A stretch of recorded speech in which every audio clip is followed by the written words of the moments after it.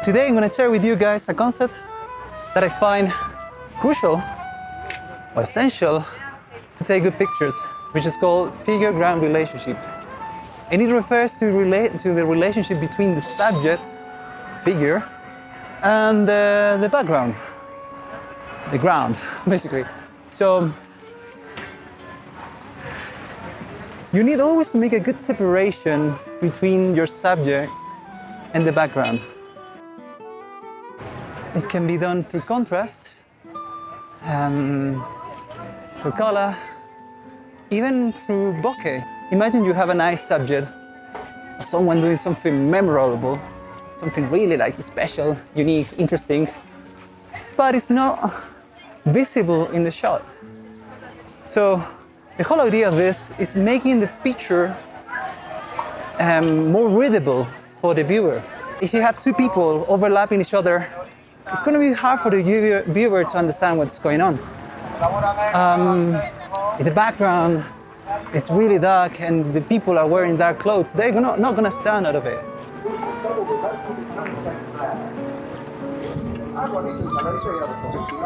So in this case, I'm achieving a nice separation because the background is really clean. So this wall, this arc here, and also there's a nice diagonal here on the shadow. Here there is a really sort of clean background. There's a lot of people, but the people stand out of the scene. Although the color of the background is sometimes a little bit similar to the skin tones of the people.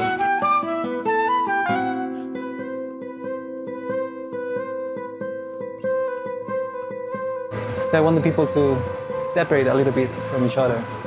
Otherwise, it looks like when too many people are overlapping each other, it looks bad.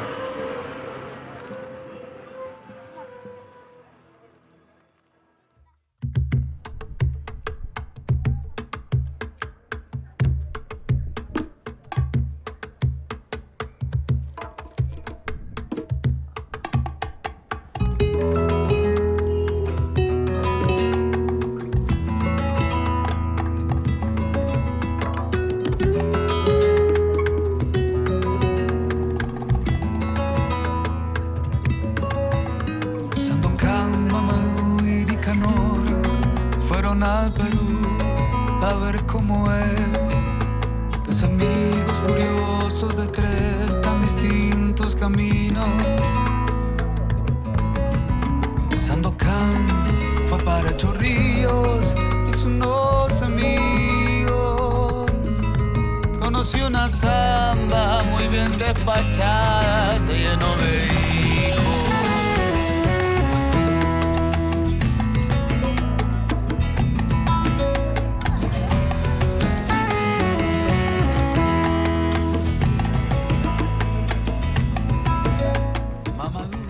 So this might be a really good place to show you guys what I mean about figure-ground relationship, because what I always try to as I'm not using like bokeh to separate my subject from the background, I need to be really careful about the background behind my subject.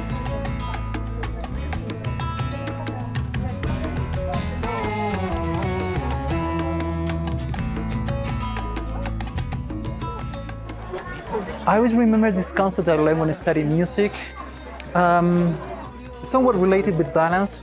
So when you have a nice melody,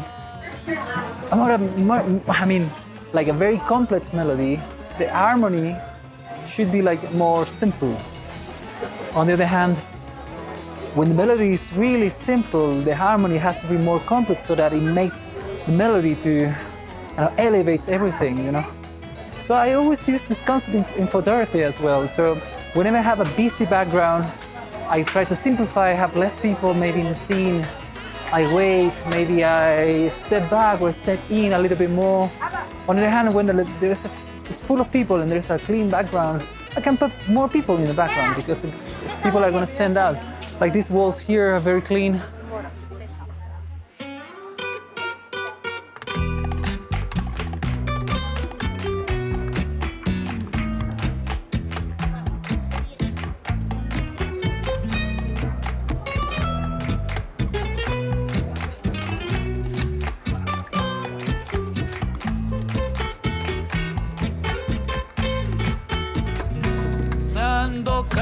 Mamadou y Nicanor fueron al Perú.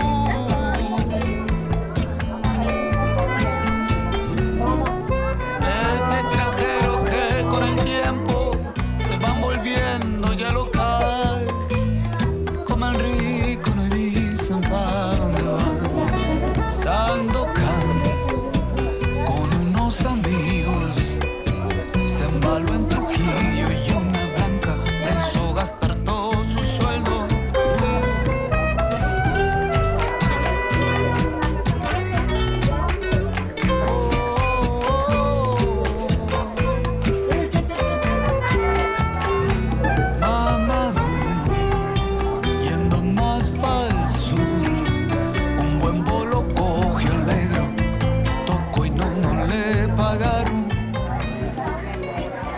So I included in the first picture the pink, but I don't think the pink works in the shot. So I'm gonna step in a little bit and get rid of the.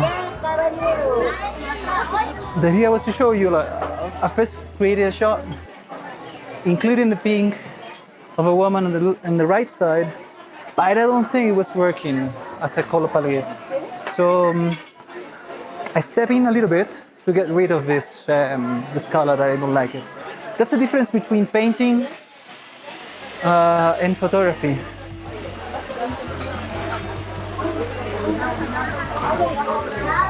So the difference between painting and photography is that painting is an editing process. You add things to the frame. Instead, photography is a subtractive method. You take things out of the frame, out of the scene. So, and you do that by zooming in or out, which I don't do, or just stepping in or out.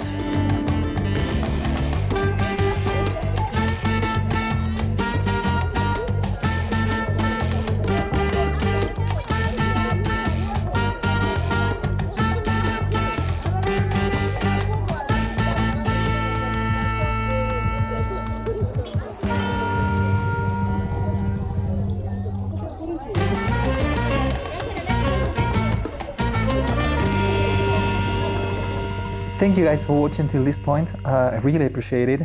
So as you got here, I'm gonna share with you a little exercise you can do at home to improve your composition. I'm gonna cut some shapes with these papers, and I'm gonna be back in a second.